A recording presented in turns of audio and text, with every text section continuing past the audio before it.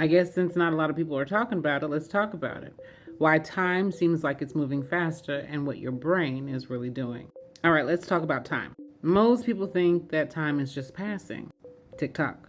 But what you're actually experiencing is perception plus momentum.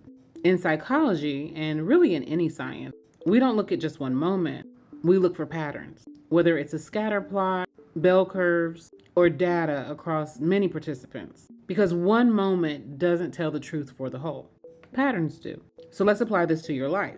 Most people look at one outcome and think that that is the determiner for the whole, thinking that that one experience predicates and dictates their whole life.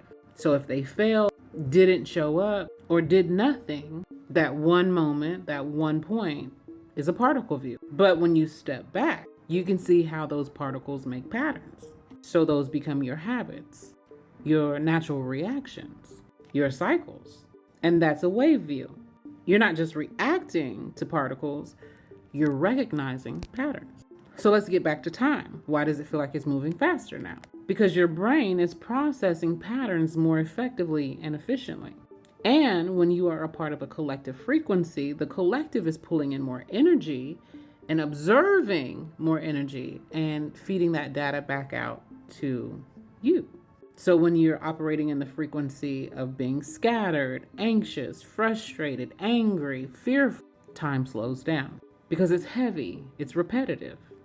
But when your mind is clear and there's less noise, less overthinking, less emotional clutter, let's just call it what it is. Your brain, it stops reprocessing those same loops over and over again. So being able to be clear-minded, being decisive, being intentional, being quick with it, it feels like it's speeding up.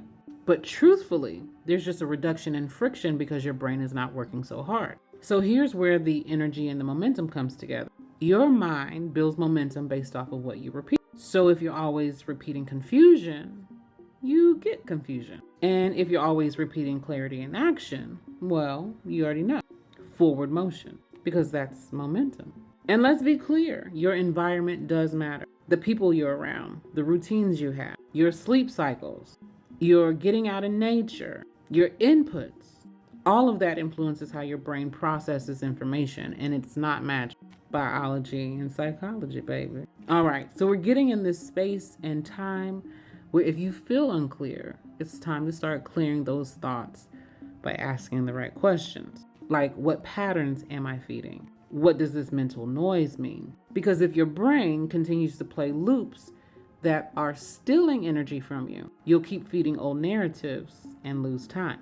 The more structured you are, the more present you are, the more intentional your experience with time really becomes. So even though it feels like it, time is still time because it's actually a wave. And the rhythm is still in sync.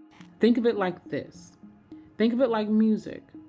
The more notes that fill in, that have repetition and a pattern, it sounds like there's a beat to it. And the more notes and the more heavier on the more intentional notes, it sounds like a beat. That's you. But if you simplify it and take most of the notes away and only have that downbeat note, the song doesn't actually slow down or speed up. There's less friction, whether it's crescendos or whatever it may be. There's less friction, but the rhythm and the pattern is clear. So the less filled in noise, the clearer the sound, the clearer the patterns, and your ability to see different perceptions, hearing different frequencies, feeling different rhythms. Because most people, again, live in moments. And then there are a few people that live in waves. They can recognize patterns. And that's the difference with how we perceive time. That is the message. That's it. That's all. Bye, baby.